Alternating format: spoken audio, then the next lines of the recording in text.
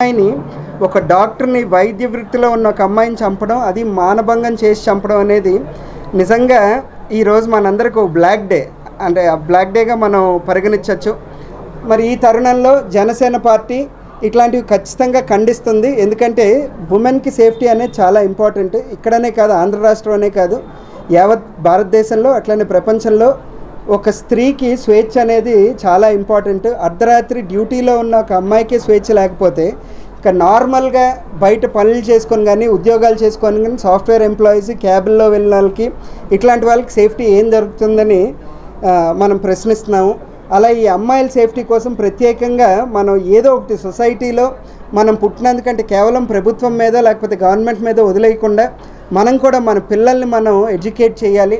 అట్లానే చాలామంది చెప్తూ వచ్చారు గుడ్ టచ్ బ్యాడ్ టచ్ అని. ఇది ఒక ఆడపిల్లలకే కాదు, ఖచ్చితంగా మగపిల్లవాళ్ళకి కూడా ఈ గుడ్ టచ్ బ్యాడ్ టచ్ అనేది నేర్పించాలి. నేర్పించి సంస్కారంతో వాళ్ళని పెంచాలని తల్లిదండ్రులు అందరికీ విజ్ఞప్తి చేసుకుంటున్నాం. పిల్లలకు కూడా, మగపిల్లలు కేవలం ఆడపిల్లలకి మీరు జాగ్రత్తలు తీసుకోండి అని చెప్పడం కన్నా, మగపిల్లలకి ఎవరన్నా ఆడపిల్ల ఒంటరిగా వెళ్తుంటే అట్లీస్ట్ మనం వాళ్ళని ఎస్కార్ట్ చేసే పరిస్థితిలోకి మగపిల్లలు రావాలి. ఖచ్చితంగా సొసైటీ ఇది ఒక సోషల్ రెస్పాన్సిబిలిటీ కింద తీసుకొని ప్రతి అబ్బాయి ఒక అమ్మాయికి ఒక సోదర భావంతో ఖచ్చితంగా అమ్మాయికి ప్రొటెక్ట్ చేసే విధానంగా ఉండాలి. అట్లానే ఎన్సీడబ్ల్యూ కూడా ఇది ఈ కేసు ముఖ్యంగా ఈ కేసు వర్క్ కానీ వచ్చినట్టయితే ఎన్సీడబ్ల్యూ కూడా నేషనల్ కమిషన్ ఫర్ విమెన్ కూడా కొన్ని సూచనలు, సలహాలు, అందులో ల్యాబ్సెస్ కూడా ఇవ్వడం జరిగింది. అలానే ఈ కేసుని సిబిఐ దేశంలోనే అత్యున్నత దర్యాప్తు సంస్థ అయిన సిబిఐ తీసుకోవడం, అట్లానే సుప్రీంకోర్టు కూడా సుమోటోగా ఈ కేసుని తీసుకొని దర్యాప్తు చేయడం నిజంగా ఆనందంగా ఉంది. మీరు కూడా మీ దర్యాప్తును ఖచ్చితంగా వేగవంతం చేయాలని జనసేన పార్టీ నుంచి మేము కోరుకుంటున్నాం.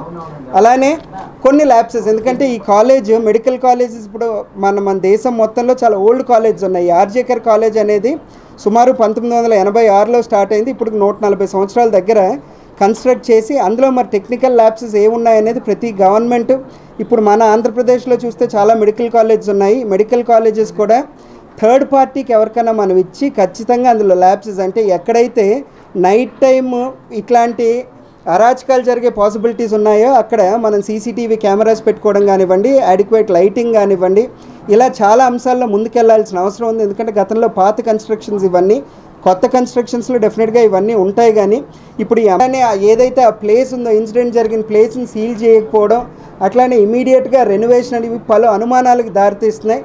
అలానే ఎవరైతే మీకు సంజయ్ రాయ్ అని ఉన్నారో, ఆయన పోలీసుల తరపున సివిక్ వర్కర్ కింద పనిచేస్తున్నారు. ఆ సంజయ్ రాయ్ అనే ఆయన్ని అరెస్ట్ చేసినప్పటికీ ఇంకా పలు అనుమానాలు, ఎందుకంటే పోస్ట్మార్టం రిపోర్ట్లో అనేక ఫ్రాక్చర్స్ ఉన్నాయని తెలుస్తుంది.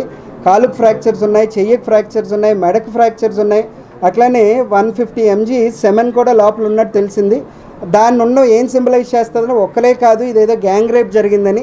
ఒక simple CCTV cameras seminar hall, కాబట్టి ఇది ప్రైవేట్ ఏరియా కాదు, సెమినార్ హాల్ అనేది ఖచ్చితంగా అందరు విద్యార్థులు వచ్చి అక్కడ సెమినార్ చెప్పేది కాబట్టి ఆ ఏరియాలో కెమెరాస్ అలౌడే. యూజువల్గా ఏంటంటే ప్రైవేట్ రూమ్స్లో సెమినార్ అలౌడ్ కాదు, కానీ పబ్లిక్ ప్లేసెస్ ఇవన్నీ సెమినార్ హాల్స్ కానివ్వండి, బయట కారిడార్స్ కానివ్వండి, అలాంటి సింపుల్ కెమెరాస్ ట్యాంపర్ చేయకుండా చూసుకుని ఉంటే, కెమెరాస్ ఉండుంటే మనకి దర్యాప్తు ఇంకా వేగవంతంగా అందరికీ ఉపయోగపడినట్టు ఉండేది. కాబట్టి ఇలాంటి ఏరియాస్లో ఆ కెమెరాస్ ఎందుకు పెట్టలేదు అనే దాని మీద కూడా విచారణ జరగాలి. జరిగింది. ఇంకా ఫ్యూచర్లో కూడా ఎలాంటి సంఘటనలు జరగకూడదంటే అన్ని ఏరియాస్లో, అన్ని పబ్లిక్ ప్లేసెస్లో కానివ్వండి, సాధ్యమైనంత వరకు.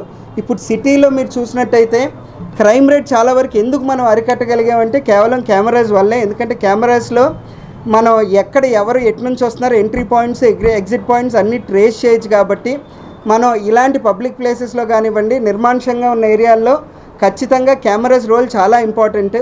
సో ఆ కెమెరాస్ అన్నీ ఇన్స్టాల్ చేయాలి. గతంలో ఇలాంటి ఇన్సిడెంట్లు ఎన్నో జరిగాయి. ఒక నిర్భయ కానివ్వండి, ఒక దిశ కానివ్వండి, అన్నిటికీ పేరు పెట్టామే కానీ మనం ఈ ఏవైతే మానభంగాలు ఉన్నాయో మానభంగాలను ఆపలేకపోతున్నాం. ఇది నిజంగా సమాజానికి సిగ్గుచేటు. ఒక ఆడపిల్ల, మన ఇంట్లో కూడా ఎంతోమంది ఆడపిల్లలు ఉంటారు, అలాంటి ఆడపిల్లల్ని బయటికి పంపించాలంటే నేను కూడా నా కలీగ్స్లో చాలామంది దగ్గర విన్నాను. ఇన్సిడెంట్ అయిన తర్వాత ఈ 10 రోజుల్లో నిజంగా భయం వేస్తుంది, బాధపడిన రోజు. మేము బయటికి వెళ్ళాలంటే ఇదే ప్రాబ్లమ్, అంటే మాకు ఫిజికల్గా మేమంత స్ట్రాంగ్ కాదు, మాకెవరో ఒకరు తోడు తీసుకెళ్ళడం ప్రతిసారి కుదరదు అని వాళ్ళు బాధపడుతున్న నిజంగా బాధేసింది.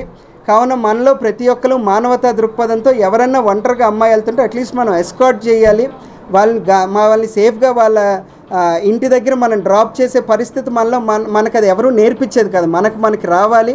ఖచ్చితంగా ఆ దిశగా మనం అడుగులేయాలి. అమ్మాయిలకి ఇలాంటి దుస్థితి రాకూడదు. అందులో ప్రత్యేకంగా ఈ అమ్మాయి డాక్టర్ కాబట్టి మీరు చూసారు దేశంలో ఎప్పుడూ లేనంత ఒక రకమైన మిగతా ఇన్సిడెంట్లు ఎన్ని జరిగినప్పటికీ ఈ ఇన్సిడెంట్ మాత్రం ఒక ప్రభంజనంలా ప్రతి ఆర్గనైజేషన్ వాలంటరీగా మేము హాస్పిటల్స్ తరపు నుంచి గతంలో 1 డే మేము కంప్లీట్గా ఐపీ తీసుకోలేదు, ఓపీ తీసుకోలేదు, అట్లా మా మద్దతు తెలియజేసింది. దీనివల్ల ఏం వస్తుందని కాదు, కానీ ఖచ్చితంగా అమ్మాయికి వాళ్ళ పేరెంట్స్కి మేము అండగా ఉన్నామని చెప్పడానికి మాకు అంతకన్నా ఇంకెందుకంటే పోయిన ప్రాణాన్ని మేము తిరిగి ఇవ్వలేము. అట్లానే మేము ఇంతకన్నా మోరల్గా మేము ఏం సపోర్ట్ ఇవ్వగలం అని అనుకోం. ఖచ్చితంగా మా ఫ్రెటర్నిటీకి చెందినాం కాబట్టి 100% మేము అందరం సపోర్ట్గా నిలబడతాము. Hi viewers, Vizag vision channel ని సబ్స్క్రైబ్ చేసుకోండి. మా ఛానల్ అందిస్తున్న జాతీయ అంతర్జాతీయ స్థాయి వార్తా విశేషాలు నోటిఫికేషన్స్ కోసం ఇక్కడ కనిపిస్తున్న బెల్ ఐకాన్ ని క్లిక్ చేయండి.